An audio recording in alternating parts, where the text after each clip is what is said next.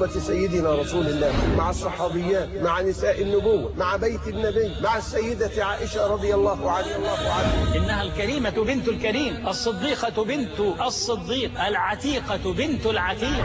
إنها الطاهرة التقية، إنها الزاكية الزكية، إنها الراضية المرضية، إنها السهلة السرية، إنها السمحة السخية، إنها الساجدة الصائمة التقية، إنها الحصان الرزان المبرأة من السماء. ولدت رضي الله عنها في السنة الخامسة من بعثة النبي صلى الله عليه وعلى آله وسلم. نشأت عائشة رضي الله عنها وولدت في الإسلام، يعني ما استنشقت هواء الشرك قط، وترعرعت في بيت الصدق على يد صديق الأمة الأكبر الذي تبوأ ذروة سنام الصديقية في الأمة. يلتقي نسبها مع نسب النبي في الجد السادس مرة بن كعب، كيف تزوجها رسول الله صلى الله عليه وعلى آله وسلم. الحصان الرزان شمس نسائه. قد رأى النبي صلى الله عليه وسلم عائشة في المنام كما قال لعائشة رضي الله عنها بعد زواجه بها: يا عائشة رأيتك في المنام أتى بك الملك في سرقة من حرير، يعني في قطعة من حرير، فقال هذه زوجته، فكشفت فإذا هي أنت. كأنه يقول أنا أعرفك قبل أن أتزوجك. فقلت إن يكن هذا من عند الله ينظر. ولا بد أن نعي جميعا أن رؤيا الأنبياء وحي. عقد الرسول صلى الله عليه وسلم على عائشة رضي الله عنها وعمرها 6 سنوات، وبنى بها وهي بنت 9 سنين. ولكن أود أن أقول بأن البنت في مثل هذا السن في بيئة العرب كانت مهيئة للزواج، ولم تكن عائشة أول ولا آخر من تزوجت في هذا السن المبكر.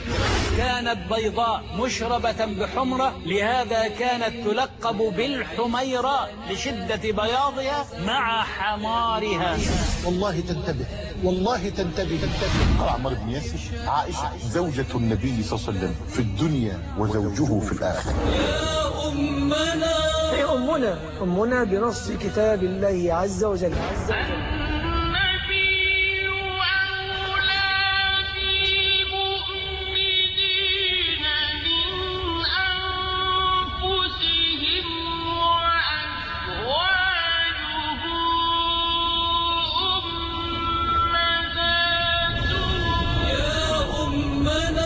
تزكية الله ليس بعدها كلام، وليس بعد قول الله قول.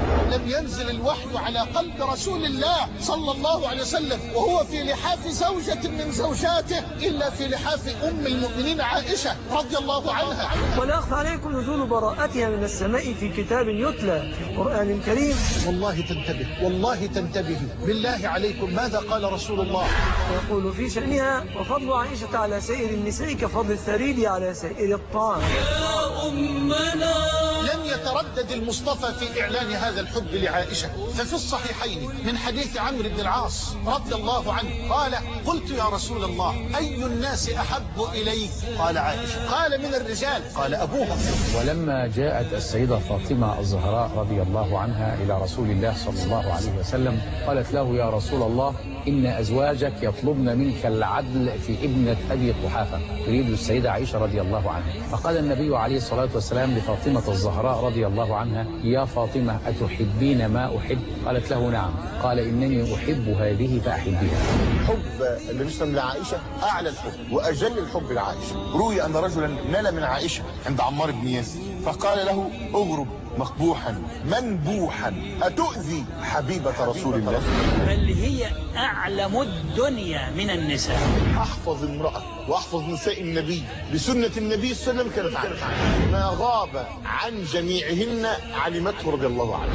حفظت شريعة ربنا وتحملت إفك الجنات من العداة المارقين.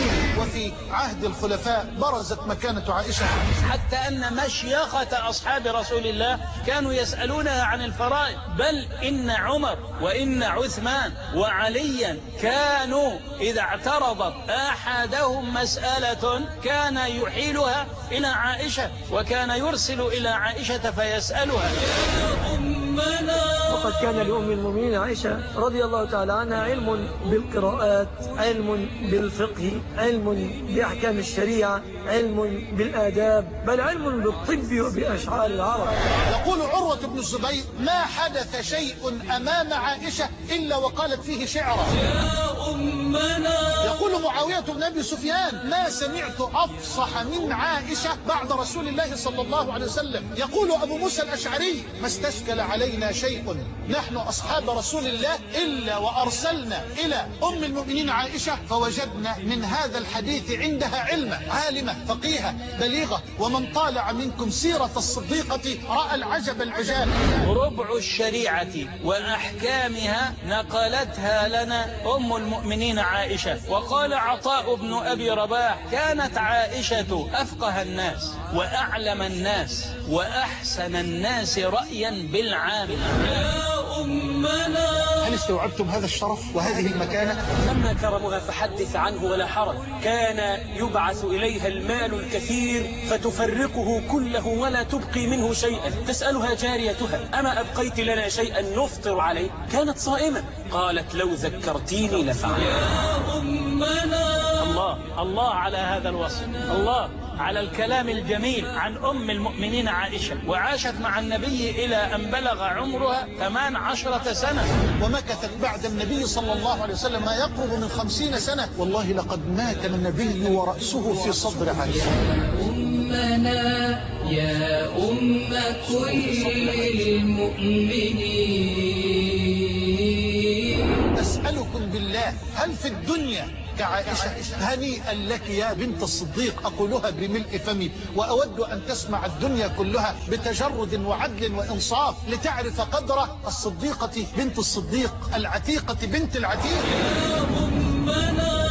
يا أمنا يا أم كل المؤمنين، يا عزنا يا زوجة الهادي الأمين. يا أمنا يا أم كل المؤمنين.